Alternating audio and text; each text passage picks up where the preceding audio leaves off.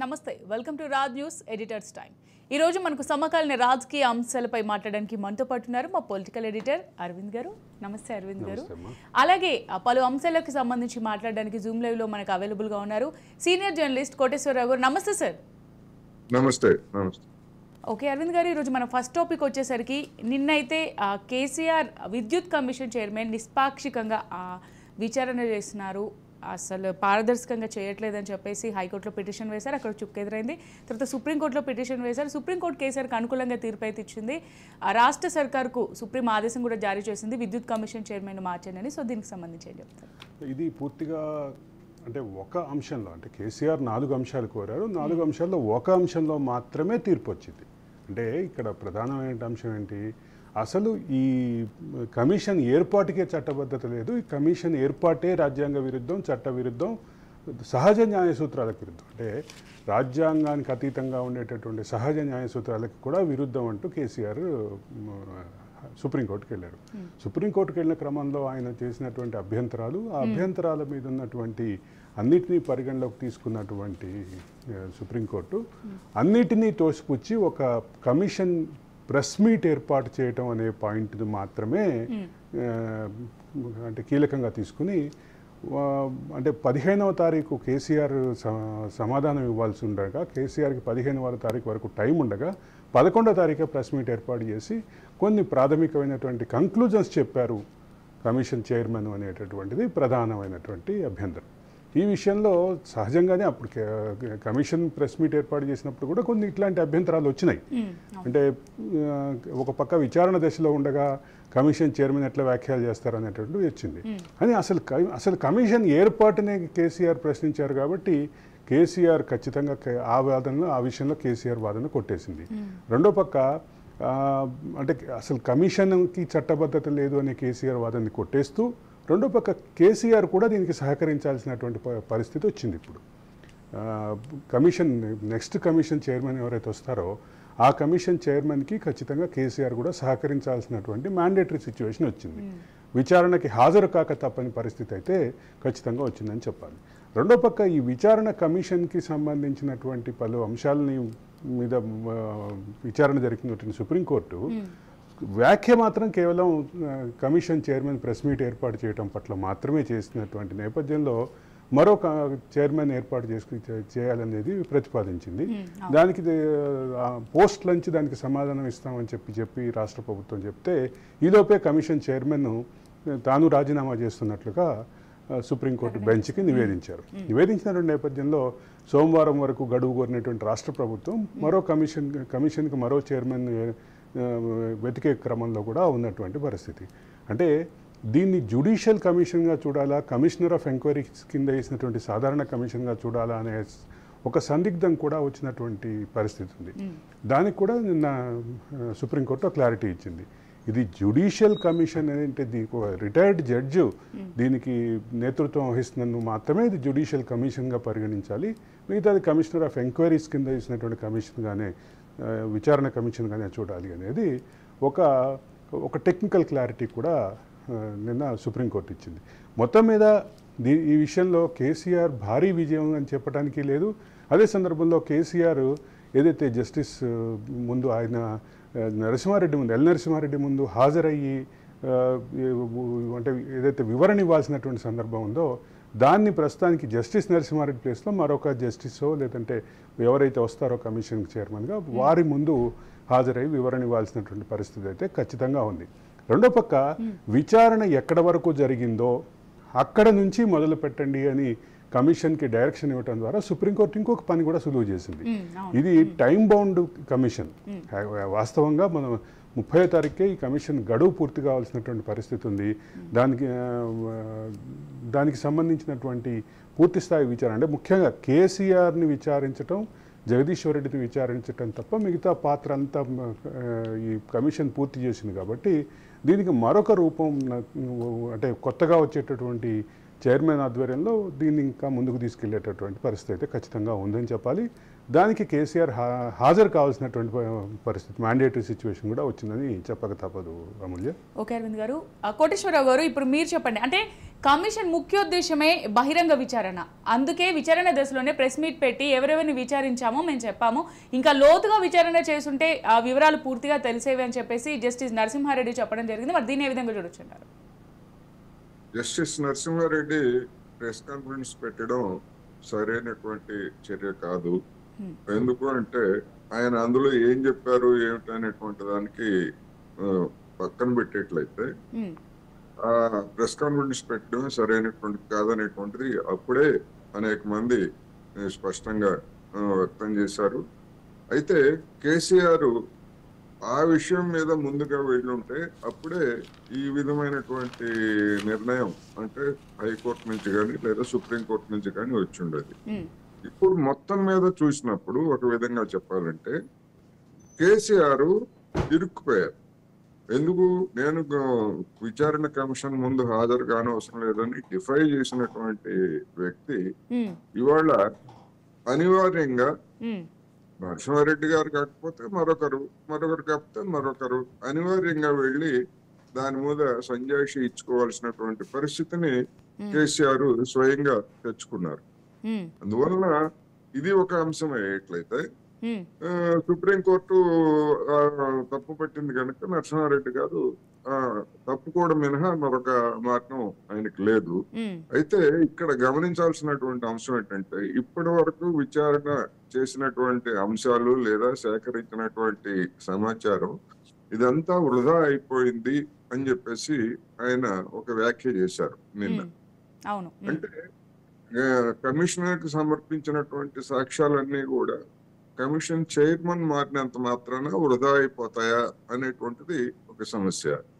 ఒకవేళ అలా వృధా అయ్యేట్లయితే మళ్ళా కొత్త కమిషన్ చైర్మన్ గా ఉండేటువంటి వ్యక్తి, చైర్పర్సన్ గా ఉండేటువంటి వ్యక్తి మళ్ళా గతంలో మాదిరి అందరినీ గతంలో ఇచ్చినటువంటి వాళ్ళని కానీ లేదా కొత్త వాళ్ళని కానీ ప్రశ్నించడం అనేటువంటిది మరి కొంత సమయం తీసుకుంటుంది. అందువల్ల దాని మీద కూడా ఒక స్పష్టత రావాల్సినటువంటి అవసరం ఉంది. ఏమైనప్పటికీ కొత్త కమిషన్ మళ్ళా పునర్విచారణ పేరుతో అందరి సాక్ష్యాలు మళ్ళా తీసుకున్నా అవే సాక్ష్యాలు గతంలో ఇచ్చినటువంటి సాక్ష్యాలే ఇస్తాయి. వాటికి అదనంగా మాజీ సీఎం కేసీఆర్, అదేవిధంగా మాజీ మంత్రి జగదీశ్వర్ రెడ్డి గారు, ఇంకా ఎవరైనా కొత్త వాళ్ళు ఉంటే వాళ్ళు ఇవ్వాల్సి వస్తుంది. ఇది ఒక విధంగా చెప్పాలంటే నరసింహారెడ్డి గారికి ఆయన్ని ఒక విధంగా చెప్పాలంటే కోర్టు అభిశంసించింది.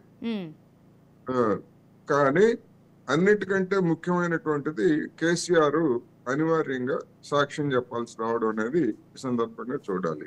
అందుకని ఎవరికి వారు తమదే విజయము లేకపోతే తమకే దక్కిందని ఎవరైనా చెప్పుకోవచ్చు కానీ కేసీఆర్ అనివార్యంగా సాక్ష్యం చెప్పాలంటే కీలకమైనటువంటి అంశంగా నేను భావిస్తాను. ఇక్కడ ఇంకొక విషయం కూడా గమనించాలి. గతంలో ఆయన ఒక లేఖ రాశారు. తర్వాత లేఖకి రెండోసారి నోటీసులు ఇచ్చిన సందర్భంగా కమిషన్ ఒక క్లారిటీ ఇచ్చింది. మీరు వస్తానంటే మీకు పూర్తి స్థాయిలో మీరు వచ్చేదానికి రావటానికి వెళ్ళటానికి ఇక్కడ హాజరవ్వటానికి అన్ని ఏర్పాట్లు చేస్తాం. దాంతోపాటు మీ మీద ఎవరైతే ఆరోపణలు చేస్తున్నటువంటి 6 వ్యక్తులు, ప్రధానంగా 6లో మన జర్నలిస్ట్ వేణుగోపాలరావు గారు కూడా ఉన్నారు. అంటే ఈ 6 వ్యక్తులు ఏవైతే మీ విధానాన్ని ఏదైతే ప్రశ్నిస్తున్నారో ఆ 6 వ్యక్తులది మా ముందే మా సమక్షంలోనే క్రాస్ ఎగ్జామిన్ చేసుకోవడానికి కూడా మీకు కానీ మీ లాయర్కి కానీ అవకాశం ఇస్తాము అంటూ ఒక మ్యాగ్నానిమిటీ చూపించినటువంటి పరిస్థితి.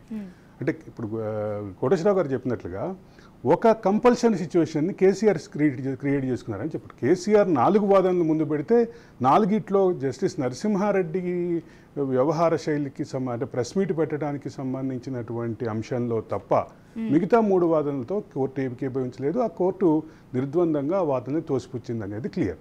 ఒకే ఒక్క అంశంలో మాత్రమే జస్టిస్ నరసింహారెడ్డి ప్రెస్ మీట్ పెట్టడం అనేటటువంటి అంశం. అయితే దానికి జస్టిస్ నరసింహారెడ్డి ఇస్తున్నటువంటి వివరణ ఇంకొక రకంగా ఉంది.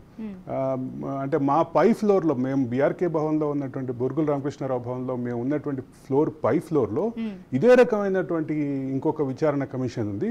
ఆ విచారణ కమిషన్ తరచుగా ప్రెస్ మీట్లు పెడుతుంది. ప్రెస్ మీట్లకు వెళ్ళేటప్పుడు కానీ వచ్చేటప్పుడు కానీ ఆ విలేకరులు మా కార్యాలయానికి వస్తూ రకరకాల ప్రశ్నలతోటి అంటే అడుగుతున్నటువంటి సందర్భంలో వీటన్నిటికీ ఒక క్లారిటీ ఇవ్వటం కోసమే నేను ప్రెస్ మీట్ పెట్టాను అనేటటువంటి వివరణ ఇచ్చారు.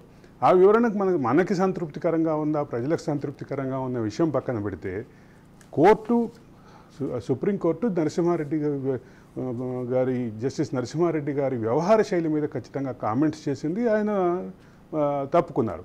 ఇప్పుడున్నటువంటి అంశం ఏంటంటే విచారణ కమిషన్కి ఎవరు వస్తారు, వచ్చిన వాళ్ళు ఇప్పుడు ఎక్కడైతే ఆగిపోయిందో అక్కడి నుంచే ప్రారంభించేటటువంటి అవకాశం ఆల్రెడీ చీఫ్ జస్టిస్ వ్యాఖ్యల్లో ఉంది కాబట్టి దానికి పరంగా ముందుకెళ్ళేటుంది.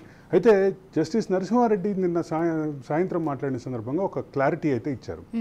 విచారణ పూర్తయింది, విచారణలో కేవలం కేసీఆర్కి సంబంధించినటువంటి అంశమే పెండింగ్లో ఉంది, కేసీఆర్ జగదీశ్వర్ రెడ్డికి సంబంధించినటువంటి అంశమే పెండింగ్లో ఉంది కాబట్టి ఆ అంశాన్ని కీలకంగా తీసుకొని ముందుకెళ్ళాలి.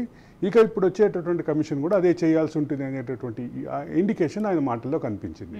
కాబట్టి రాష్ట్ర ప్రభుత్వం ఇప్పుడు పేరు సజెస్ట్ చేయటం, ఆ తర్వాత అధికారికంగా ఉత్తర్వులు రావటం, ఆయన వచ్చి బాధ్యతలు తీసుకోవటం, ఆయన లేదా ఆమె వచ్చి బాధ్యతలు తీసుకోవటం, బాధ్యతలు తీసుకున్న తర్వాత ఇక తదుపరి విచారణ కొనసాగటం, ఇది మాత్రమే పెండింగ్లో ఉంది. కాబట్టి దీనికి సంబంధించి కేసీఆర్ ఒక మ్యాండేటరీ సిచ్యువేషన్ క్రియేట్ చేసుకున్నారు అనే వాదనలో ఎక్కడా భేదాభిప్రాయం లేదు. కోటేశ్వరరావు గారు చెప్తున్నమాట అది ఖచ్చితంగా. ఒక పక్కన ప్రాథమిక దశలోనే ఏదైతే జస్టిస్ నరసింహారెడ్డి వ్యాఖ్యలు చేసిన సందర్భంగా ప్రెస్ మీట్ పెట్టిన సందర్భంగా వెళ్ళుంటే ఇంకా బెటర్ రిలీఫ్ వచ్చేదేమో కేసీఆర్కి అనేది వాస్తవంగా పార్టీకి శ్రేణుల్లో కూడా వినిపిస్తున్నమాట, ఆ రకమైనటువంటి కంక్లూజన్స్ ఉన్నమాట వాస్తవమే. ఓకే, కోటేశ్వరరావు గారు, సుప్రీంకోర్టు తీర్పును స్వాగతిస్తున్నాం. రాష్ట్రంలోని సమస్యల నుంచి ప్రజల దృష్టిని మళ్లించడానికే ఇదంతా చేస్తున్నారు, ఇక్కడ నుంచి అయినా కాలయాపన మానుకోవాలి అని చెప్పేసి కేటీఆర్ అయితే నేను చెప్పడం జరిగింది. సో దీన్ని ఏ విధంగా చూడొచ్చుంటారు? అది కేటీఆర్ అభిప్రాయం. జనం దాన్ని ఏ విధంగా చూస్తారు, కాలయాపన చేయడానిక లేకపోతే మరొకట అనే దాన్ని అది జనం తెలుసుకుంటారు. ఒకవేళ అదే కనుక అయ్యేటైతే వాస్తవాలు చెప్పడానికి మరి కేసీఆర్ ఎందుకని ముందుకు రాలేదు? వాస్తవాలు చెప్పడానికి భయపడుతున్నారని, లేకపోయేట్లయితే వాస్తవాలు చెప్పడం ద్వారా తన ఆ యొక్క తప్పిదాన్ని అంగీకరించడానికి ఆయన భయపడుతున్నారా? అందుకని ఎవరైనా ఒక రాజకీయ నాయకుడు ఒక వ్యాఖ్య చేయబోయే ముందు దానికి భిన్నమైనటువంటి కోణంలో కూడా జనం చూస్తారు అనేటువంటిది గమనించాలి. అది కేటీఆర్ అయినా, కేసీఆర్ అయినా, రేవంత్ రెడ్డి గారు అయినా ఎవరికి అది మినహాయింపు కాదు. అందుకని ఒకవైపే చూడకూడదు, రెండో కోణంలో కూడా చూడాలి. రెండో కోణంలో చూసినప్పుడు ఇప్పుడు నేను ముందే చెప్పినట్టుగా కేసీఆర్ ఒక విధంగా ఫిక్స్ అయిపోయారు. మరి దాని మీద కేటీఆర్ స్పందన ఏమిటి మనకు తెలియదు. అంటే తనకు అవసరమైనటువంటి దాన్ని, రాజకీయ పరమైనటువంటి అంశాన్ని కామెంట్ చేస్తారు, తను ఇబ్బంది పడేటువంటి దాన్ని మౌనంగా ఉంటారనేటువంటిది ఇక్కడ మనకు అర్థమవుతాం. రాజకీయ నాయకులకి వాళ్ళకు ఉన్నటువంటి స్వేచ్ఛ, అది ఏదైనా కామెంట్ చేయొచ్చు, కానీ వాస్తవం ఏమిటి అనేటువంటిది జనానికి స్పష్టంగా తెలుస్తుంది. ఇక్కడ ఒక కేసీఆర్ చేసినటువంటి 4 అంశాల్లో 4 వాదనలో ఒక వాదనతో ఏకీభవించినటువంటి నేపథ్యంలో ఈ విచారణ ముందుకెళ్తుంది. ఈ విచారణకి సంబంధించినటువంటి అవుట్పుట్ వచ్చే క్రమంలో ఖచ్చితంగా దానికి సంబంధించినటువంటి క్లారిటీస్ వచ్చేటటువంటి అవకాశం ఉంది. ఇప్పుడు క్లియర్గా కనిపిస్తున్నాయి ఒక పక్కన వచ్చినటువంటి ఆరోపణలు ఆయన ముందు పెడతారు, దానికి సంబంధించినటువంటి ఆయన వివరణ తీసుకుంటారు. గత కమిషన్ లాగానే ఇప్పుడు క్రాస్ ఎగ్జామినేషన్ కూడా ఈ కమిషన్ కూడా అవకాశం ఇచ్చే పరిస్థితి ఉంటే, కొత్త కమిషన్ కనుక దానికి అంగీకారం తెలిపితే దాన్ని ముందుకు తీసుకెళ్లేటట్లయితే ఇంకొంత క్లారిటీలు ఇంకెక్కువ వచ్చేటటువంటి అవకాశం ఉంది. ఒకటైతే క్లియర్, విద్యుత్ విచారణ కొనసాగుతుంది, విద్యుత్ విచారణ అవుట్కమ్ బయటకు వస్తుంది. ఈ క్రమంలో ఇది ఒక చిన్న బ్రేక్ మాత్రమే అనేది క్లియర్. ఓకే అరవింద్ గారు, మన నెక్స్ట్ టాపిక్ వచ్చేసరికి నిన్న ఎంఐఎం నేత అసదుద్దీన్ ఓవైసీ కీలక వ్యాఖ్యలు అయితే చేశారు.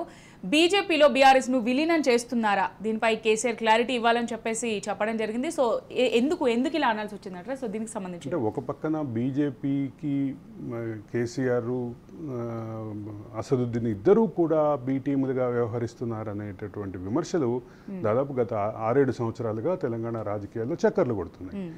ఆ నేపథ్యంలోనే తర్వాత బీజేపీ కొంచెం వైబ్రెంట్గా మారినటువంటి నేపథ్యంలోనే కర్ణాటకలో బీజేపీ ఓడిపోయి కాంగ్రెస్ అధికారంలోకి వచ్చినటువంటి నేపథ్యంలో ఇక్కడ కూడా కాంగ్రెస్ అధికారంలోకి వస్తుందనేటటువంటి భావం బీజేపీ శ్రేణుల్లో బీజేపీ అధినాయకత్వంలో వచ్చి ఇక్కడ తమ వ్యవహార శైలిని మార్చారు. ఆ తర్వాత దాని విషయంలో సెకండ్ థాట్ వచ్చింది. ఇవన్నీ రాజకీయపరమైనటువంటి చర్చలు, ఊహాగానాలు ఉన్నాయి. ఈ నేపథ్యంలో బీజేపీ తోటి మళ్ళీ వెళ్ళబోతున్నారు, అంటే బీజేపీతోటి కలిసి ప్రయాణం చేయబోతున్నారు, బీజేపీతో విలీనం చేయబోతున్నారు అనేటటువంటి చర్చలు ఏదైతే వస్తున్నాయో ఈ చర్చలకి ఖచ్చితంగా అటుపక్క నుంచి ఒక స్పందనగా చూడాలి. ఒక పక్కన బీజేపీకి బీ టీమ్గా ఉన్నారు అనేటటువంటి ఆరోపణలు ఎదుర్కొంటున్నటువంటి ఇద్దరి మధ్య ఈరోజు ప్రశ్నలకి సంబంధించినటువంటి దాడి మొదలైంది. అయితే ఒక పర్టికులర్ అంశంలో మాట్లాడాల్సినటువంటి విషయం ఏంటంటే, సారు కారు 16 అని ఒక నినాదం ఇచ్చినటువంటి బీఆర్ఎస్ ఒక దశలో ఒక స్థానాన్ని వదిలేసి 16 స్థానాల్లో తెలంగాణలో గెలుస్తామని చెప్పింది. అక్కడే ఆ పార్టీ యొక్క స్టాండ్ క్లియర్. అంటే మేము ఓవైసీ తోటి స్నేహపూర్వక రాజకీయాలు కొనసాగిస్తాము, స్నేహపూర్వక పోటీలు మాత్రమే ఉంటాయి అని చెప్పి ఒక పక్క బీఆర్ఎస్ క్లారిటీ ఇచ్చింది. 2023 ఎన్నికలకు ముందు ఇది తెలంగాణ రాజకీయ పరిస్థితి.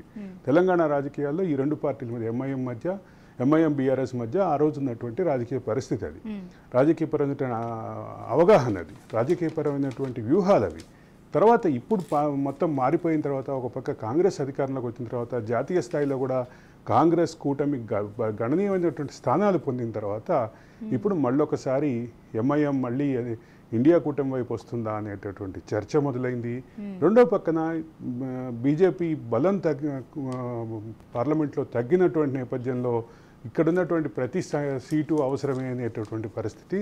అదే సందర్భంలో రాజ్యసభలో బీఆర్ఎస్కి కూడా కన్సిడరబుల్ స్థాయిలో సీట్లు ఉన్నాయి కాబట్టి రాజ్యసభలో కూడా 12 సీట్ల తక్కువలో మెజారిటీకి 12 సీట్ల తక్కువలో ఎన్డీఏ కూటమి ఉంది కాబట్టి వీటన్నిటి నేపథ్యంలో ఒక పక్కన ఎన్డీఏ కూటమికి నంబర్గా అవసరం కాబట్టి బీఆర్ఎస్కి దగ్గర అవుతుంది అనేటువంటి వాదన గట్టిగా వినిపిస్తుంది. వీటన్నిటి రాజకీయ చర్చల్లో ఇప్పుడు ఓవైసీ వదిలినటువంటి ప్రశ్న, ఓవైసీ అడిగినటువంటి క్లారిటీ, ఈ రెండే ఇప్పుడు ముందుకు వస్తాయి. ఎందుకు అంటే దేశ రాజకీయాలు ఇప్పుడు నేను చెప్పినటువంటి సంకీర్ణ రాజకీయాల యుగంలో దాదాపు 3 దశాబ్దాలుగా ఉంటే సంకీర్ణ రాజకీయాల్లో ఒక విచిత్రమైన సంక్లిష్ట స్థితిని ఈరోజు మోడీ ఎదుర్కొంటున్నారని చెప్పక తప్పదు. మోడీ ఎదుర్కొంటున్నటువంటి ఈ సంక్లిష్ట స్థితిని ముందుకు తీసుకెళ్లే క్రమంలో కాంగ్రెస్ మరింత బలోపేతం అయ్యే క్రమంలో వీళ్ళందరితోటి అంటే ఎంఐఎం లాంటి శక్తుల్ని కూడా ఏం చేయబోతుంది అనేటటువంటిది. ఎంఐఎం నిజంగానే ఇవాళ దేశవ్యాప్తంగా ఒక బలీయమైనటువంటి శక్తిగా ఎదిగామనుకుంటుంది. ఆ ఎంఐఎం మళ్ళీ ఇండియా కూటమికి దగ్గర అయ్యేటటువంటి అవకాశాలు ఉన్నాయా? ఇండియా కూటమి దగ్గర అయితే ఎటువంటి డైరెక్షన్లో వెళ్తుంది? దేశ రాజకీయాల మీద ఎట్లాంటి ప్రభావం చూపిస్తుంది? భవిష్యత్తులో ఎన్నికల్లో ఏ రకమైన ప్రభావం చూపిస్తుంది అనేది ఒక కీలకమైన చర్చ. ఈ మొత్తంలో ఇండియా కూటమి ఎన్డీఏ కూటమి మధ్య జరుగుతున్నటువంటి రాజకీయ హీట్లో, పొలిటికల్ హీట్లో ఎంఐఎం ఏ పాత్ర పోషించబోతుంది అనే దానికి ఈరోజు ఆయన బీఆర్ఎస్ని అడిగినటువంటి ప్రశ్న కూడా ఒక కారణంగానే ఒక అంశంగానే చూడాలి, ఒక రాజకీయ అంశంగా చూడాలి. దీనికి సంబంధించి ఎటు వెళతారు, ఏ డైరెక్షన్లో వెళ్తారు అనేది ఒక పక్కన ఉంటే కాంగ్రెస్ కూడా ఎంఐఎంని దగ్గర చేసుకోవాలనుకుని తెలంగాణ రాజకీయాల్లో బలంగా ఉండటం కోసం, బీజేపీని ఐసోలేట్ చేయడం కోసం ఎంఐఎంని కూడా దగ్గర తీసుకోవాలనేటువంటి రాజకీయ వ్యూహం పనితోందనేటటువంటి చర్చ కూడా ఉంది. అదే సందర్భంలో రేవంత్ రెడ్డి ఆ రకమైనటువంటి ఇండికేషన్స్ కూడా ఇచ్చారు. ఇప్పటికే రేవంత్ రెడ్డి ఇచ్చినటువంటి ఇండికేషన్స్కి ఎంఐఎం కూడా సానుకూలంగా స్పందించింది. ఇటీవల మలక్పేటలో జరిగినటువంటి బహిరంగ సభలో కూడా అదే రకమైనటువంటి అభిప్రాయం వ్యక్తమైంది అనేటటువంటి భావం ఉన్నటువంటి నేపథ్యంలో ఈ చర్చలో ఇప్పుడు కీలకంగా ఒక ప్రశ్న అయితే వచ్చింది. ఓకే అరవింద్ గారు. కోటేశ్వరరావు గారు, అసదుద్దీన్ ఓవైసీ అయితే బీఆర్ఎస్ అధినేత కేసీఆర్కు ఒక సూటిగా ప్రశ్నించారు. బీజేపీలో బీఆర్ఎస్ ను విలీనం చేస్తున్నారా, బీజేపీకి బీఆర్ఎస్ మద్దతు ఇస్తుందా అని చెప్పేసి. సో దీని గురించి ఏం చెప్తారు? ఇప్పుడు అసదుద్దీన్ ఓవైసీ ప్రశ్న అనేటువంటిది అది ఒక రాజకీయపరమైనటువంటి ప్రశ్న. దాని వెనకాల ఉన్నటువంటి ఎత్తుగడను కూడా రాబోయేటువంటి కొద్ది రోజుల్లో మనకి స్పష్టం అవుతుంది. ఇక బీజేపీతో బీఆర్ఎస్ ని విలీనం చేస్తారా లేకపోతే అంటకాగుతారా అనేటువంటిది అదొక చర్చ. ఎందుకంటే భారతదేశ రాజకీయాల్లో మజ్లిస్ పార్టీ ఒక మత రాజకీయం చేసేటువంటి పార్టీ లేదా మతోన్మాదాన్ని రెచ్చగొట్టే పార్టీ అయితే, బీజేపీ కూడా అదే మతోన్మాద లేదా మతాన్ని రెచ్చగొట్టి మత రాజకీయాలను చేసి లబ్ధి పొందేటువంటి పార్టీ. అందువల్ల గడిచినటువంటి 10 సంవత్సరాల్లో ఈ మజ్లిస్ పార్టీ అనేటువంటి ఒక మత పార్టీ తోటి కేసీఆర్ స్నేహం చేశారు. అదేవిధంగా బీజేపీతో కూడా ఆయన తెర వెనకాల అనేక సందర్భాల్లో ఆయన తెర వెనక సంబంధాలు ఉన్నాయి. అనేక సందర్భాల్లో కీలకమైనటువంటి మద్దతు ఇచ్చారు. అంటే ఈ దేశంలో మెజారిటీ మతోన్మాదం లేదా మైనారిటీ మతోన్మాదానికి ప్రతినిధులుగా ఉన్నటువంటి 2 పార్టీలతోటి కేసీఆర్ వ్యవహరించినట్టు గతంలో స్పష్టమైంది కనుక అది విలీనం చేస్తారా లేకపోతే దాంతో పాటు ప్రయాణిస్తారా అంటే నా అభిప్రాయం ప్రకారం విలీనం చేసేటువంటి అవకాశం లేదు. ఎందుకంటే ఒకసారి విలీనం చేసిన తర్వాత బీఆర్ఎస్ అనేటువంటి అస్తిత్వం, ఆ పార్టీ అస్తిత్వం అనేటువంటి ఉండదు. అది అప్పుడు డెఫినెట్ గా ఆ పార్టీలో ఉన్నటువంటి సెక్యులర్ వాదులుగా ఉన్నటువంటి వాళ్ళు ఎవరు కూడా బీజేపీలో చేరేటువంటి అవకాశం ఉండదు. డెఫినెట్ గా కొంతమంది సొంత దుకాణం పెట్టుకోవచ్చు లేదా ఇతర పార్టీల్లో చేరిపోవడానికి అవకాశం ఉంది. అందువల్ల రెండోది మజ్లిస్ పార్టీకి సంబంధించినటువంటి బలం గతంలో దాని మీద అది బీజేపీకి బీటీఎం గా అంటే పరోక్షంగా అది సహాయం చేసింది అనేటువంటిది జనం విశ్వసించారు, ఇప్పటికే విశ్వసిస్తున్నారు, రాబోయే రోజుల్లో కూడా అటువంటిదే చేస్తారు. అయితే కేంద్రంలో నరేంద్ర మోడీ గారి బలం ఏమిటో బలహీనత ఏమిటో మొన్న లోక్సభ ఎన్నికల్లో స్పష్టమైంది. బీజేపీకి సంపూర్ణమైనటువంటి మెజారిటీ రానటువంటి పరిస్థితుల్లో మజ్లిస్ పార్టీ కూడా తన చూపు కాంగ్రెస్ వైపు లేదా ఇండియా బ్లాక్ వైపు ఏమన్నా చూస్తుందా చూడటానికి అవకాశం ఉంది. ఎందుకు అంటే రాష్ట్రంలో రాబోయేటువంటి 5 సంవత్సరాల్లో కాంగ్రెస్ అధికారంలో ఉంటుంది.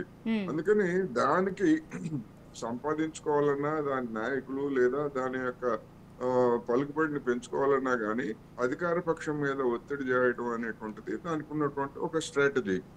అధికార పక్షం లేదా అధికార యంత్రాంగం మద్దతు లేకపోయేట్లయితే మజ్లిస్ పార్టీ తన కేంద్రాల్లో ఇబ్బందులు ఎదురయ్యేటువంటి పరిస్థితులు ఉన్నాయి. అందుకని ఆ వైపుగా చూసినప్పుడు కాంగ్రెస్ ని సంతృప్తి పరిచేందుకు బహుశా ఇటువంటి ప్రశ్న అసదుద్దీన్ ఓవైసీ వేసుంటారనేటువంటి కూడా నా అంచనా. అందువలన అదే సందర్భంలో మరి మజ్లిస్ పార్టీ బీజేపీ రెండింటినీ ఈక్వల్ గా గతంలో చూసినప్పుడు మరి మజ్లిస్ పార్టీని ఇండియా కూటమిలో చేర్చుకోవడం లేకపోతే దాన్ని సహభాగస్వామిగా ఉంచుకోవడం అనేటువంటి కూడా ప్రశ్న ముందుకు వస్తుంది. ఒకవేళ చేర్చుకున్నట్లయితే ఇండియా కూటమిలో కనుక చేర్చుకున్నట్లయితే తెలంగాణలో బీజేపీకి ఒక రాజకీయ పరమైనటువంటి ఆయుధం ఇచ్చినట్టుగా అవుతుంది. అందుకని అది ఏం జరుగుతుంది, ఏ పరిణామాలు ఎట్లా ఉంటాయి అనేటువంటిది మనం వేచి చూడాలి. ఏమైనప్పటికీ అసదుద్దీన్ ఓవైసీ అంటే మజ్లిస్ పార్టీ వైఖరిలో కాంగ్రెస్ వైపు మొక్కేందుకు సూచనలు అయితే వెలువడ్డాయి. దానివల్ల వచ్చేటువంటి లాభ నష్టాలని ఇండియా కూటమి అందులో ప్రధానంగా భాగస్వామిగా ఉన్నటువంటి కాంగ్రెస్ లెక్కలు వేసుకోవాల్సి ఉంది. రెండోది అది కనుక జరిగేట్లయితే తెలంగాణలో ప్రధానమైనటువంటి సవాలుగా బీజేపీ నుంచి అది ఎదుర్కోవాల్సి వస్తుంది. అది రాజకీయంగా నష్టదాయకం అనేది ఈ సందర్భంగా నేను చెప్పదలుచుకున్నాను. ఎలాగో దేశంలో ఉన్నటువంటి రాజకీయాలు మొత్తం ఎట్లయితే ఎన్డీఏ కూటమి వైపు ఉండాలని ఈ 2 పార్టీలు భావిస్తున్నాయి, అలాగే తెలంగాణలో కూడా అదే అలాగే ఉండాలని 2 పార్టీలు భావిస్తున్నాయి. ఆ నేపథ్యంలో ఎంఐఎం కూడా ఎటో వైపు వెళ్ళేటటువంటి అవకాశాలని కాదనలేమనేది వాస్తవం. ఇప్పటిలాగానే నిజంగానే బీ టీం అనేటటువంటి ఆరోపణలు ఎదుర్కొంటూ అలాగే కొనసాగుతారా, లేదా కాంగ్రెస్ వైపు వెళ్ళి కాంగ్రెస్ కూటమిలో భాగస్వాములు అవుతారా, లేదా కాంగ్రెస్ కూటమికి బి టీమ్గా ఉంటారా? ఇది ఒక ప్రధానమైనటువంటి చర్చనీయాంశం. సహజంగానే అధికారంలో ఉండేటటువంటి పార్టీకి అత్యంత సన్నిహితంగా ఉండేటటువంటి ఎంఐఎం అధినాయకత్వం అదే రకమైనటువంటి డైరెక్షన్లో వెళ్తున్నారు అనేది క్లియర్. దానిని నేపథ్యంలోనే ఈరోజు గతంలో మిత్రపక్షాలుగా ఉండి అంటే స్నేహపూర్వక పోటీదారులుగా ఉన్నటువంటి రెండు పార్టీల మధ్య ఈ ప్రశ్న యుద్ధం మొదలైందని చెప్పక తప్పదు అమూల్య. ఓకే అరవింద్ గారు, మన నెక్స్ట్ టాపిక్కి వెళ్ళే ముందు ఒక షార్ట్ బ్రేక్ తీసుకుందాం. ఎడిటర్స్ టైంలో ఒక short break.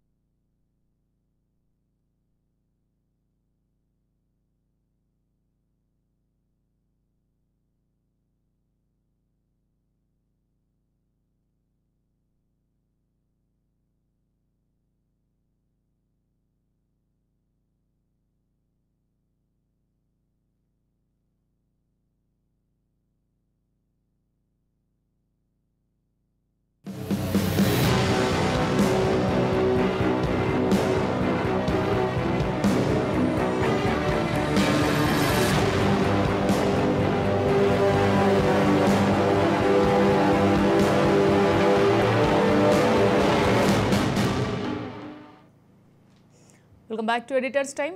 Arvind garu, so మన నెక్స్ట్ టాపిక్ వచ్చేసరికి ఢిల్లీ టూర్లో అయితే ఏపీ సీఎం చంద్రబాబు బిజీగా ఉన్న సంగతి తెలిసిందే. సో కేంద్ర మంత్రులను కూడా కలుస్తున్నారు. అమిత్ షాతో కీలక భేటీ కూడా అయ్యేటట్టుగా తెలుస్తోంది. రాష్ట్రానికి సాయం చేయాలని విజ్ఞప్తి చేసినట్టుగా తెలుస్తోంది. కేంద్ర బడ్జెట్ ప్రవేశపెట్టనున్నారు త్వరలో. సో ఈ నేపథ్యంలో ఈ టూర్ అనేది ప్రాధాన్యత సంతరించుకుంది. సో ఏ అంశాలపై ఈ టూర్లో ప్రస్తావించనున్నారు? ఈ సందర్భంగా చంద్రబాబు మాట్లాడినటువంటి ఒక మాటని ఖచ్చితంగా మనం కోట్ చేయకపోతే దీన్ని ఒక క్లారిటీ, టూర్ మీద క్లారిటీ రాదు. కొన్ని విషయాలు బయటికి రాకుండా లోపలే ఉంటే బాగుంటుంది, సమయం వచ్చినప్పుడు అన్నీ బయటకు వస్తాయి అనేది చంద్రబాబు వ్యాఖ్యలు చేశారో దాని వెనుక చాలా అర్థం ఉందని ఇప్పుడున్నటువంటి సిచ్యువేషన్లో క్లియర్గా అర్థమవుతుంది మనకి.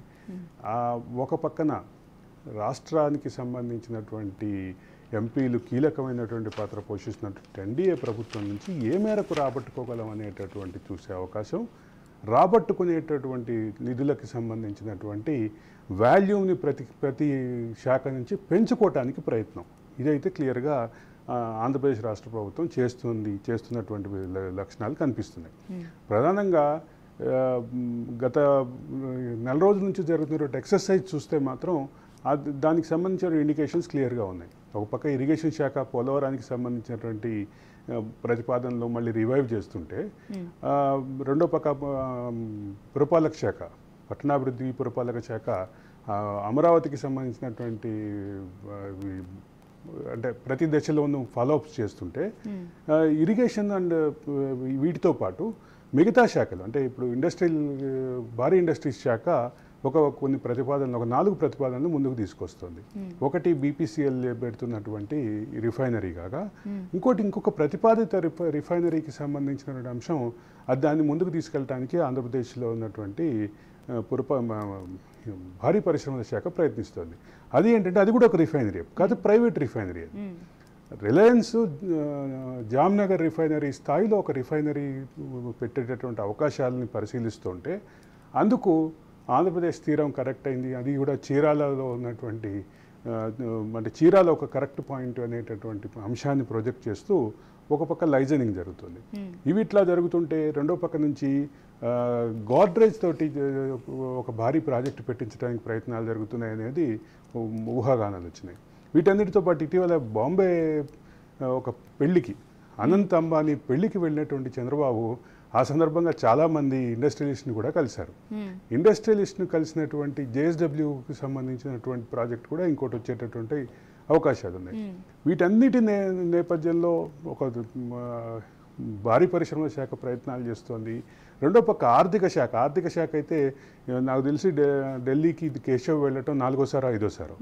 ఈ తక్కువ కాలంలో ఆయన వెళ్ళి లైజనింగ్ చేస్తున్నారు. అంటే గతంలో చేసినటువంటి అంటే మంత్రి పదవులు లేదా స్పీకరు లేదా ఎన్డీఏ కన్వీనరు ఇట్లాంటి పదవుల్లో, కీలకమైనటువంటి పదవుల్లో ఉండి రాజకీయ వ్యూహాలు నడిపటంతో కొంత నష్టపోయామనేటటువంటి భావం ఇటీవల కాలంలో చంద్రబాబు మాటల్లో కూడా వినిపిస్తోంది. కాబట్టి పైకి కనపడకుండా ఇప్పుడు ఇట్లాంటి వర్క్స్ చేసుకుని లైజనింగ్ చేసుకొని ఆంధ్రప్రదేశ్లో ఇప్పుడు ఎంప్లాయ్మెంట్ జనరేషను, రెండో పక్క వెల్త్ క్రియేషను, ఈ రెండూ జరగాలి అంటే నిధులు రావాలి అనేటటువంటి భావంతో, ప్రాజెక్టులు రావాలనేటువంటి భావంతో ఒక లైజనింగ్ మీదే కాన్సన్ట్రేట్ చేస్తున్నారు అని చెప్పక తప్పదు.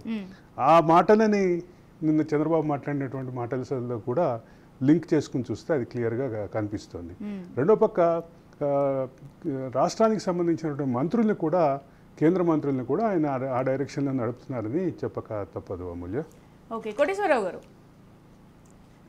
ఏపీ సీఎం చంద్రబాబు నాయుడు ఢిల్లీ టూర్లో ఉన్న సంగతి తెలిసిందే. కేంద్ర బడ్జెట్ త్వరలో ప్రవేశపెట్టనున్నారు. సో ఈ సమయంలో అమిత్ షాను కలిసి, అలాగే నిర్మలా సీతారామన్ కూడా కలిసేసి బడ్జెట్కి సంబంధించి అంటే రాష్ట్రానికి రావాల్సిన నిధుల గురించి, అలాగే 2014 నుంచి పెండింగ్లో ఉన్న విభజన హామీల గురించి చర్చించే అవకాశం ఉందా? ప్రధానంగా ఏ అంశాలను ప్రస్తావించే అవకాశం ఉందంటారు?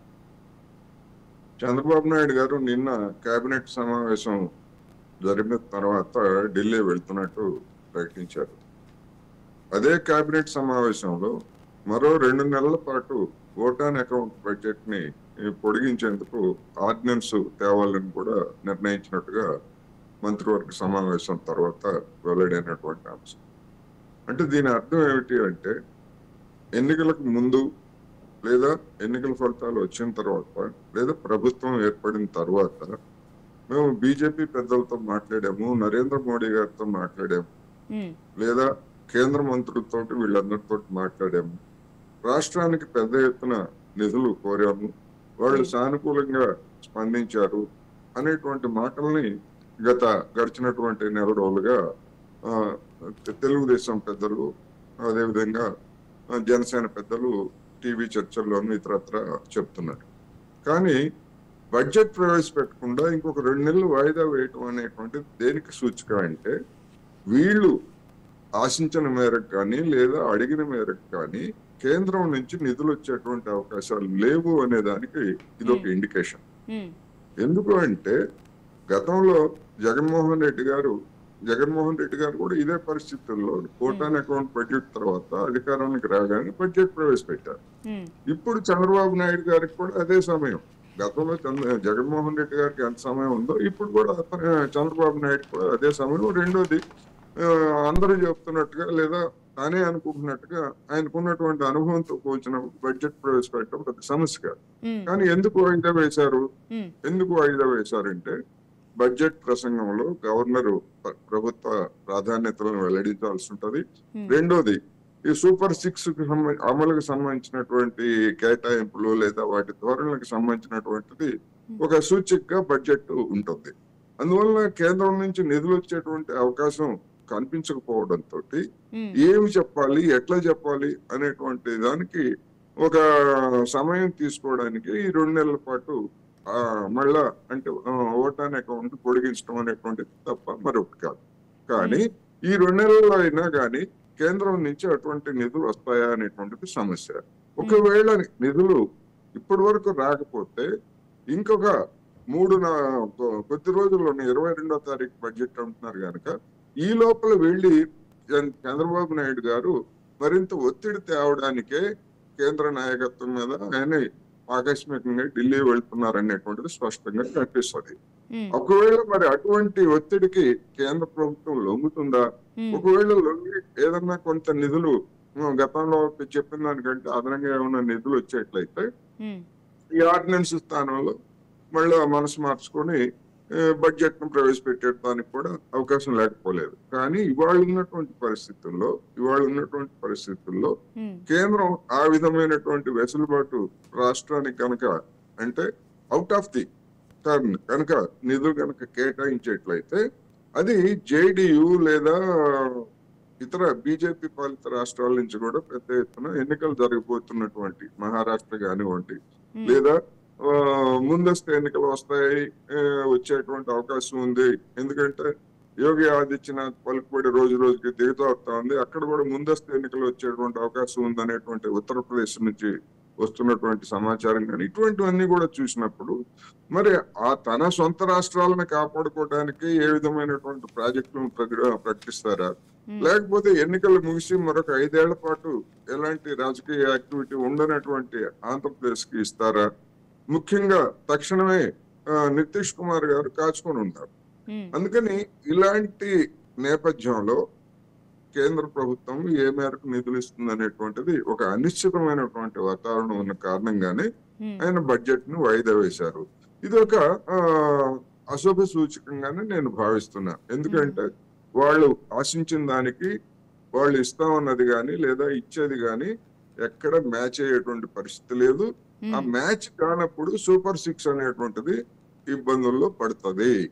అందువల్ల ఏం చేస్తారు ఏంటనేటువంటిది మనకు రాబోయేటువంటి కొద్ది రోజుల్లో స్పష్టమవుతుంది.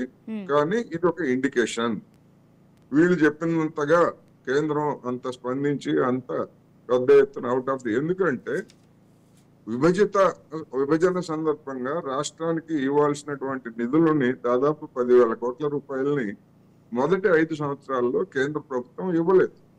చివరి రోజుల్లో చంద్రబాబు నాయుడు గారు బీజేపీతో తెగతెంపులు చేసుకున్న తర్వాత ఇంకా ఇబ్బంది పెట్టడానికి ఆ నిధులను నిలిపివేసింది. కానీ జగన్మోహన్ రెడ్డి గారు నరేంద్ర మోడీ గారితో ఉన్నటువంటి సంబంధాలు లేదా పార్లమెంట్ లో రాజ్యసభలో దానికి ఆ బీజేపీకి అవసరమైన మద్దతు ఇచ్చిన దానికి ప్రతిఫలంగా ఆ 10,000 కోట్ల రూపాయలని జగన్మోహన్ రెడ్డి గారి హయాంలో కేంద్రం విడుదల చేశాం. అందువల్ల ఆ నిధులు అంటే చట్టబద్ధంగా మనకు రావాల్సినటువంటి నిధులు కూడా వచ్చేటువంటి అవకాశం అయిపోయింది. అవుట్ ఆఫ్ టర్న్ ఏ మేరకు చేస్తారనేటువంటిది ఇప్పుడు పెద్ద ప్రశ్నగా ఉంది. ఇది 3 పార్టీల కూటమిలో ముఖ్యంగా చంద్రబాబు నాయుడు గారికి పవన్ కళ్యాణ్ గారికి ఒక పెద్ద అగ్ని పరీక్షగా తయారైంది అనేది నా అంటే ఇక్కడ ప్రధానంగా గమనించాల్సిన అంశం ఏంటంటే అమ్మా, ఒకటి నిధులకు సంబంధించి నిధులు అంటే గ్రాంట్ల రూపంలో కేటాయింపుల రూపంలో, రెండోది ఇది కాకుండా కొన్ని ప్రాజెక్టుల విషయంలో ముందుకెళ్ళాలి అనేది రాష్ట్ర ప్రభుత్వం ఆలోచన. ఇందాక చెప్పినట్లుగా ఆ ప్రాజెక్టులన్నిటికీ సంబంధించిన ప్రతిపాదనని పుష్ చేస్తున్నారు. ఇప్పుడు మనం ఆంధ్రప్రదేశ్ అనగానే ముందు గుర్తు వచ్చేటువంటి అమరావతి పోలవరం కాకుండా అమరావతి పోలవరం దానికి సంబంధించిన ప్రతిపాదనలు ముందుకు తీసుకెళ్లే క్రమంలో అది ఆ ప్రాసెస్ జరుగుతోంది. రెండో పక్క మిగతా ప్రాధాన్యత రంగాలుగా ఆంధ్రప్రదేశ్ ప్రభుత్వం ఎంచుకున్నది కానీ ఆంధ్రప్రదేశ్ ప్రభుత్వం కేంద్రం నుంచి సాధించాలనుకున్నది కానీ ఒక క్లారిటీ ఏంటంటే భారీ పరిశ్రమలు భారీ ప్రాజెక్ట్ ఏదో ఏ అవకాశాలు ఉన్నా ఆంధ్రప్రదేశ్కి తీసుకురావాలి, తద్వారా మొత్తం ఎకానమీకి బూస్ట్ చేయాలి, అదే సందర్భంలో ఉపాధి కల్పనకి బూస్ట్ చేయాలి. ఇది ఒక కాన్సెప్ట్. దీన్ని ప్రయారిటీ ఏరియాగా ఎంచుకున్నది ఆంధ్రప్రదేశ్ ప్రభుత్వం అనేటటువంటి ఇండికేషన్స్ అయితే దానికి క్లియర్గా ఉన్నాయి. రెండో పక్క ఇందాక కోటేశ్వరరావు గారు చెప్పినటువంటి విషయాల్లో ఒక కంక్లూజన్ తీసుకోవాలి. చంద్రబాబు మాట్లాడిన మాటల్లో